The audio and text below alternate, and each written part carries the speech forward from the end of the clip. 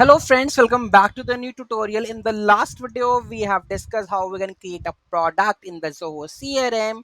Now fetch products in the Zoho CRM. So currently I have only one product. So let's try to fetch that product also.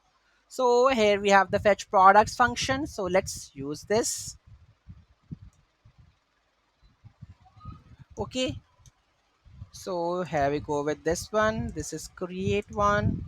And now I'm going to fetch this one. Okay. So here we have the fetch function, right? So let's go and check this. So here we have the products, only one product we have. So all the data, product category, owner, description, everything, you can see that. Okay. So this is how you can fetch the products, right? So let's dive into the code level, what we have done.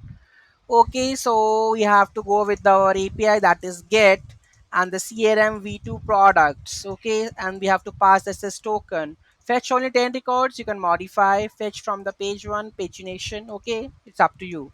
So this is the part that is get API. You have to call with CRM v2 products and passing this as token and the params like per records, how many you want. Okay, after this product fetch successfully, and then if something goes wrong it will go with the error, and then we have to call this function. That's it. Any doubt, any query, let me know in the comment section. Thank you so much for watching this video. Have a great day.